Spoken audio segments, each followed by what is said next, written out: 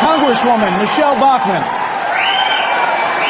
Congresswoman Bachmann, no one questions your conservative credentials, but what about your appeal to independents who are so crucial in a general election? If you are fortunate enough to become the Republican nominee, how would you counter the efforts by the Barack Obama campaign to paint you as too conservative to moderate voters?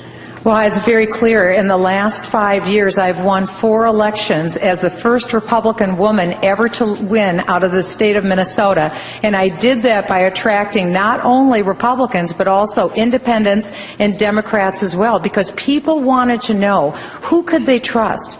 They knew that in me, they may not always agree with me, but they knew that I was a woman who said what she meant and meant what she said. And they respected that level of authenticity and sincerity. And they also knew that I was an action person, that I wasn't just going to sit on my hands. I was going to work and serve them. And that's what I've done. I've worked very hard in the United States Congress in the brief time that I've been there. I'm 55 years old. I spent 50 years as a real person, and now 5 years going toe-to-toe with Barack Obama, taking him on every issue from Dodd-Frank to cap and trade to illegal immigration to Obamacare, and I will do that as President of the United States. That's my proven track record. If you're president, as is the case now, and you're at loggerheads with one chamber of Congress, how would you handle this situation?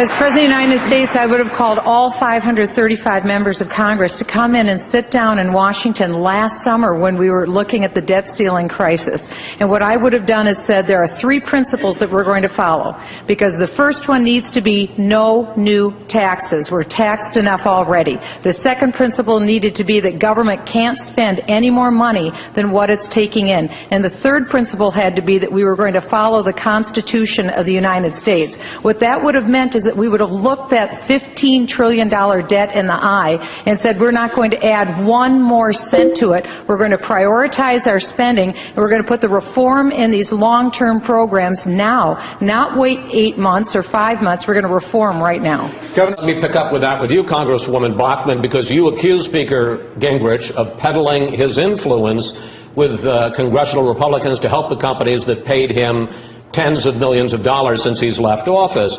Given his denial over time, and again tonight, that he denies ever having lobbied, what is your evidence, hard evidence, that he engaged in influence peddling? Well, it's the fact that we know that he cashed paychecks from Freddie Mac. That's the best evidence that you can have. Over $1.6 million. And frankly, I am shocked listening to the former Speaker of the House, because he's defending the continuing practice of Freddie Mac and Fannie Mae. There's a big difference between a credit union and Freddie Mac and Fannie Mae, and they were the epicenter of the mortgage financial meltdown. I was trying to see these 2 entities put into bankruptcy because they frankly need to go away, when the Speaker had his hand out and he was taking $1.6 million to influence senior Republicans to keep the scam going in Washington, D.C. That's absolutely wrong. We can't have as our nominee for the Republican Party someone who continues to stand for Freddie Mac and Fannie Mae. They need to be shut down, not built up. Yes, sure. Congresswoman? Well, after the debate that we had last week, PolitiFact came out and said that everything that I said was true. And the evidence is that Speaker Gingrich took $1.6 million. You don't need to be within the technical definition of being a lobbyist to still be influence peddling with senior Republicans in Washington, D.C. to get them to do your bidding. And the bidding was to keep this grandiose scam of Freddie Mac going. That is something that our nominee can't stand for. We have to shut down these government enterprises, and we've got to end them. And I think that's shocking that he's saying that. You heard Speaker Gingrich reference the Ninth Circuit Court of Appeals. That is one of the courts that he has suggested abolishing. It is a left-leaning court, and as he points out, and as he has done before, he believes it's an activist court because, in part, it was this court that issued a ruling striking down "under God" in the pledge years ago, a decision that was reversed by the Supreme Court later. Do you agree that the Ninth Circuit should be abolished? And if so, what would then happen if a Democratic president came into office and we had a democratically controlled Congress that later took aim at the right-leaning federal courts? Where would it end? Well, where it needs to end is under the Constitution of the United States. That's the real issue. Are the courts following the Constitution, or aren't they following the Constitution? It isn't just Congress that gets it wrong. It's the courts that get it wrong as well. But what do you do about it? Well, what we need to do about it is have both the President and the United States Congress take their authority back. And I would agree with Newt Gingrich that I think that the Congress and the President of the United States have failed to take their authority, because now we've gotten to the point where we think the final arbiter of law is the court system. It isn't. The intention of the founders was that the courts would be the least powerful system of government. And if we give to the courts the right to make law, then the people will have lost their representation. They need to hold on to their representation. That's why I commend Iowans, because they chose not to retain 3 judges that decided that marriage would be in their likeness. And Iowans decided to take their Constitution back. That's what the American people need to do, take the Constitution back. And as President of the United States, I would only appoint judges to the Supreme Court who believe in the original intent of the Constitution. With just a name, favorite Supreme Court justice?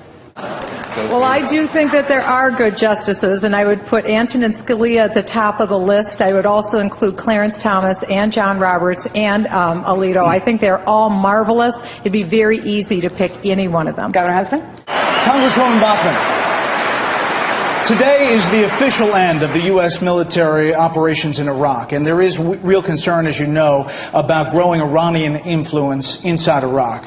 Also, the Deputy Prime Minister there has expressed concerns about the country possibly slipping into civil war. Are there any circumstances as president where you would send U.S. troops back into Iraq? Well, I think clearly the biggest mistake that President Obama has made, and there are many when it comes to foreign policy, has been the decision that he made regarding Iraq. He was essentially given on a silver platter victory in Iraq, and he's choosing intentionally to lose the peace. And we all know what's going to happen. We know that Iran is going to be the hegemon and try to come into Iraq and have the dominant influence, and then Iraq will essentially have dominance from the Persian Gulf all the way to the Mediterranean through its ally Syria. And with all due respect to Ron Paul, I think I have never heard a more dangerous answer for American security than the one that we just heard from Ron Paul. And I'll tell you the reason why. And the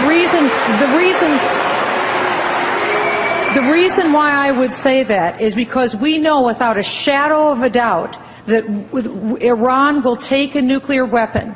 They will use it to wipe our ally Israel off the face of the map, and they've stated they will use it against the United States of America. Look no further than the Iranian Constitution, which states unequivocally that their mission is to extend jihad across the world and eventually to set up a worldwide caliphate. We would be fools and knaves to ignore their purpose and their plan. Can I respond to that? Can I respond?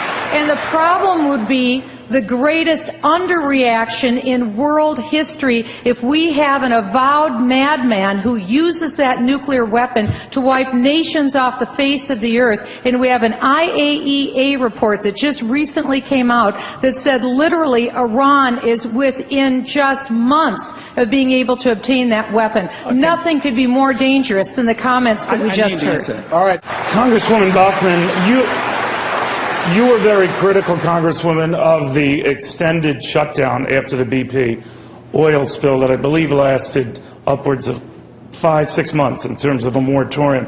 I was wondering, though, Congresswoman, if you were president and there were such a disaster again, what would be an acceptable period for oil drilling to cease, for you to get to the bottom of a problem? Well, what we needed to do was find out what the true cause of the problem was, and the Obama administration wasn't willing to have a true and thoughtful investigation to get to the bottom of it.